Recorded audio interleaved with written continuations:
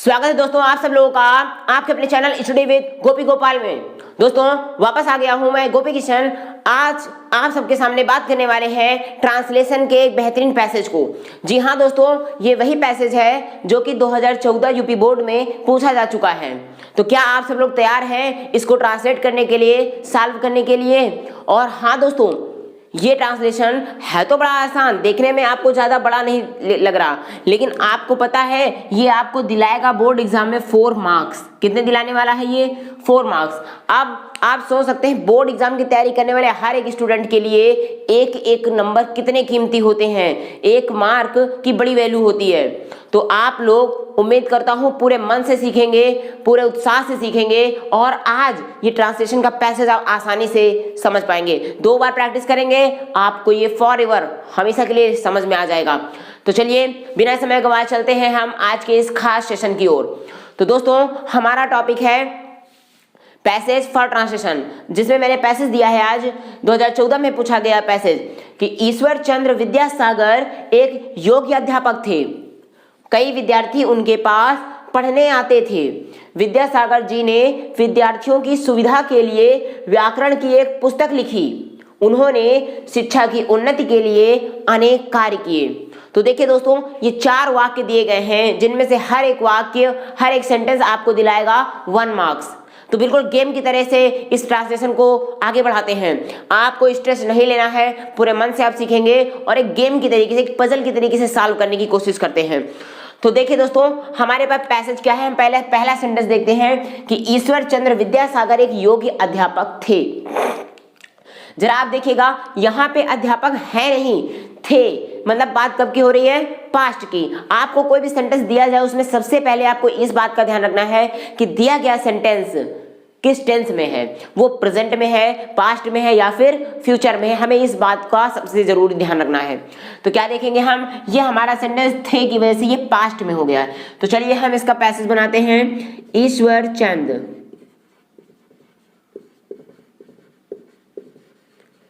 ईश्वर चंद्र की स्पेलिंग ये हो गई, विद्यासागर। अब देखिए ईश्वर चंद्र विद्यासागर। अब देखिए दोस्तों, ये तो हमारा हो गया सब्जेक्ट। हमारे पास सब्जेक्ट पूरा ये है, आप देख सकते हैं, मैं आपको समझाता हूं। हमारे पास सब्जेक्ट ईश्वरचंद्र विद्यासागर है और वर्ब हमारे पास यहाँ पे थे हो गई, ये वर्ब हो गई, और बाकी ये जो पूरा बचता है एक योग्य अध्यापक, ये हो गया हमारा ऑब्जेक्ट। और किसी भी इंग्लिश को ट्रांसलेट करने के लिए किसी भी सेंटेंस में हमको इन्हीं 3 चीजों की जरूरत होती है। पहला सब्जेक्ट किसी तरह मालूम हो जाए, दूसरा किसी तरीके से वर्ब मालूम हो जाए, और फाइनली हमको किसी तरीके से ऑब्जेक्ट का पता चल जाए। और जब ये रूल हमको पता चल जाता है दोस्तों, तो आप सेंटेंस को आसानी से फॉर्म कर सकते हैं, आसानी से उसका स्ट्रक्चर फॉर्म कर लेंगे, आप बना लेंगे। तो क्या हो जाएगा सेंटेंस हमारा? ईश्वर चंद्र विद्यासागर वाज, क्योंकि सिंगुलर है इसलिए वाज क्या थे? एक योग्य अध्यापक। अब देखिए दोस्तों, योग्य अध्यापक की होती है वर्दी टीचर, WORTHY वर्दी, और टीचर की होती है TEACHER, एक योग्य अध्यापक। कई बच्चे इनमें आप अगर लिखना चाहे वर्दी की जगह, कभी ऑप्शनल में होता है, बहुत से बच्चों को वर्दी की स्पेलिंग याद नहीं रहेगी, तो उसका ऑप्शन में बता देता हूं, तब आप इसकी जगह पे अल्टरनेट, लेकिन मैंने आपको एक्यूरेट बताया, एक्यूरेट में वर्दी टीचर ही सही है, लेकिन जैसे आपको याद नहीं आ रहा है तब आप क्या लिख सकते हैं? तब आप लिख सकते हैं एन एबल टीचर। क्या लिख सकते हैं? एन एबल टीचर भी लिख सकते हैं, लेकिन ये तब है, मैं आपको सबसे बेस्ट बता रहा हूँ, सबसे अच्छा वाला अवर्दी टीचर ज्यादा एक्यूरेट रहेगा। बाकी गलत ये भी नहीं होगा, आप Ishwar Chandra Vidyasagar and able teacher भी आप कर सकते हैं, या फिर ईश्वर चंद्र विद्यासागर वाज अ वर्दी टीचर। तो उम्मीद करता हूं आपको पहला वाला ध्यान रहेगा। वर्दी टीचर किसी व्यक्ति की, अगर योग्य कोई व्यक्ति होता है, कोई व्यक्ति विशेष योग्य होता है, तो वहां पे हम वर्दी यूज करते हैं, इसका मतलब होता है योग्य। ठीक है, चलिए आगे हम बात करते हैं। कई विद्यार्थी उनके पास पढ़ने आते थे। कई विद्यार्थी को क्या बोलेंगे? Many students. जरा दोस्तों आप समझने की कोशिश करिए, मैं आपको पैसेज वाइज पैसेज को आगे नहीं बढ़ता, मैं सेंटेंस वाइज बता देता हूँ। हुआ कई विद्यार्थी उनके पास पढ़ने आते थे, तो कई विद्यार्थी की होती है many students, many students.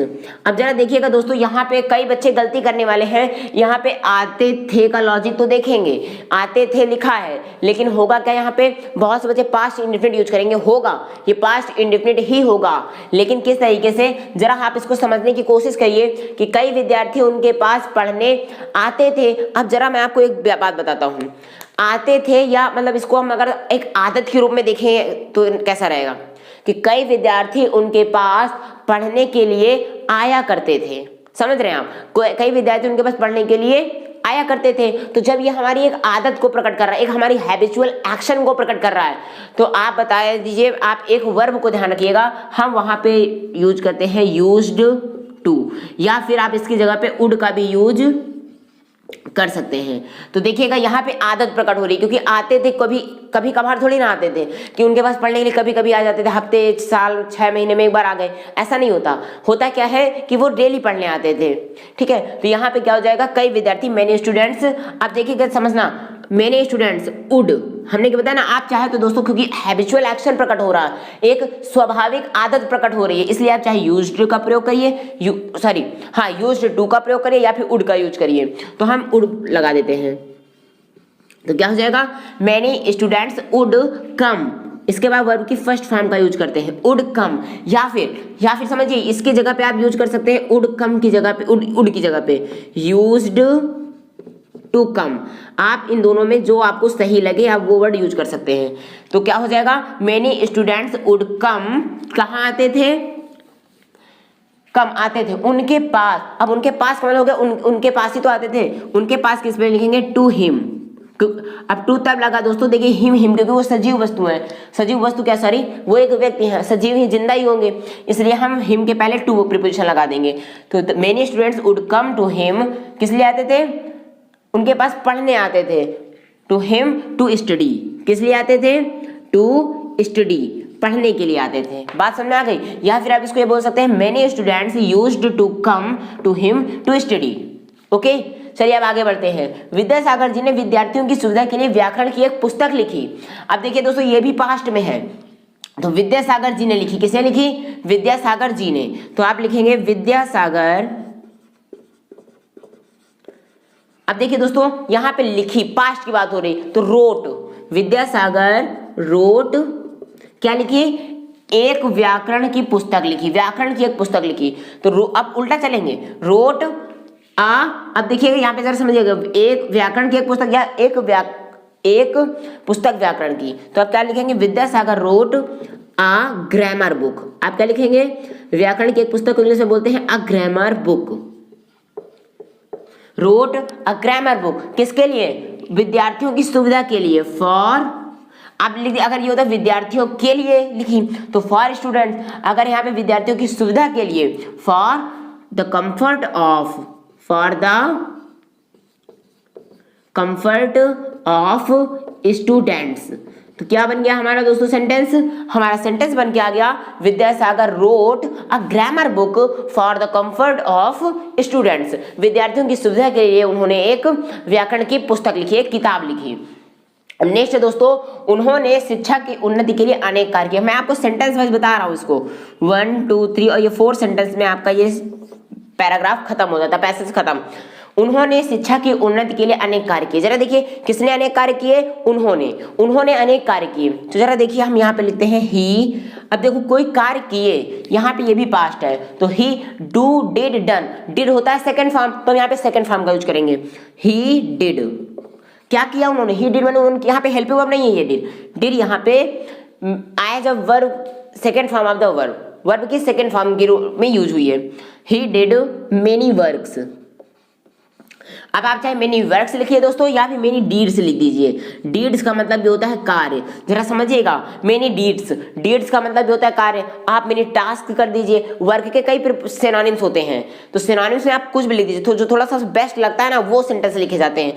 He did many deeds, किस लिए, उन्होंने अनेक कार्य किए, शिक्षा की उन्नति के लिए। तो फॉर द प्रोग्रेस का मतलब होता है उन्नति, for the progress of education, EDUCATION, education, for the progress of education, उन्होंने शिक्षा की उन्नति के लिए अनेक कार्य किए। तो एक बार जल्दी से दोस्तों पैसेज को मैं पढ़ देता हूं, आप जरा समझिएगा कि ईश्वर चंद्र विद्यासागर एक योग्य अध्यापक थे। ईश्वर चंद्र विद्यासागर वाज अ वर्दी टीचर। कई विद्यार्थी उनके पास पढ़ने आते थे। Many students would come to him to study, या फिर आप कह सकते हैं many students used to come to him to study. Vidyasagar ji ने विद्यार्थियों की सुविधा के लिए व्याकरण की एक पुस्तक लिखी।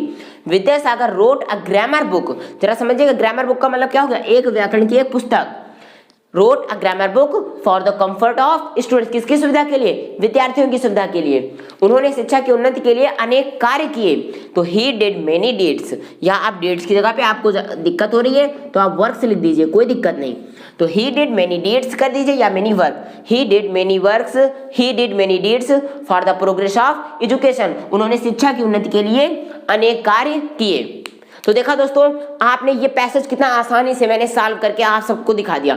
ऐसा नहीं है कि आप नहीं सॉल्व कर पाएंगे, आप बिल्कुल सॉल्व करेंगे, लेकिन इसकी एक बार प्रैक्टिस करिए। आप देखिए वीडियो अगर समझ में ना आया तो एक बार रिमाइंड करके फिर से देखिए, और अगर फिर भी ना समझ में आया तो कमेंट बॉक्स में लिख करके जरूर बताइए कि कहाँ पे क्या आपको समझ में नहीं आया। मैं आपके लिए एक नई वीडियो फिर से बनाऊंगा, अगर आपको दिक्कत होगी तो आप जरा उसको बताइए, कमेंट में लिखना पड़ेगा आपको कि क्या दिक्कत हुई इसमें या आपको क्या समझ में नहीं आया। कोई रूल में जहां पे मैंने हैबिचुअल एक्शन का यूज किया वो क्यों, क्या आप हैबिचुअल एक्शन पे कोई नई वीडियो चाहते हैं तो मैं आपको हैबिचुअल एक्शन के लिए ट्रांसलेशन की एक वीडियो लेकर के आऊं। तो दोस्तों वीडियो अगर आपको पसंद आई हो तो वीडियो को लाइक कर दीजिए, और अगर चैनल पर नए हैं तो सब्सक्राइब जरूर कर लीजिए, क्योंकि अब इंग्लिश में आपको अच्छी अच्छी जानकारियां लेकर के मैं आता रहूंगा और आपके लिए नई अपडेट्स दूंगा। तो दोस्तों ये मैंने अपने रूल्स को लेकर किया है कि जिसमें मैंने आपको क्लास 10th का सिलेबस देने के लिए बात की थी। तो ये क्लास 10th, और एक्चुअल में ये तो बेसिक था इसलिए 11th में 12th में आना नहीं है, लेकिन ध्यान रखिएगा ये आपका क्लास 10th और 12th दोनों के लिए यूजफुल होता है, और जो बच्चे स्पीकिंग कर रहे हैं उनके लिए भी बहुत यूजफुल होगा। तो मिलते हैं दोस्तों अब नेक्स्ट वीडियो में। और हाँ, अगर आप किसी ऐसे व्यक्ति से परिचित हैं जो बच्चा या जो स्टूडेंट आपका, जो दोस्त या कोई रिश्तेदार आपका क्लास 10th में या 12th में है, तो आप उसको या उनको ये वीडियो पहुंचाने की भरपूर कोशिश कीजिए, ताकि आपकी मदद से उनके नंबर अच्छे आ जाएं। तो मिलते हैं आप नेक्स्ट वीडियो में, तब तक के लिए नमस्कार, जय हिंद।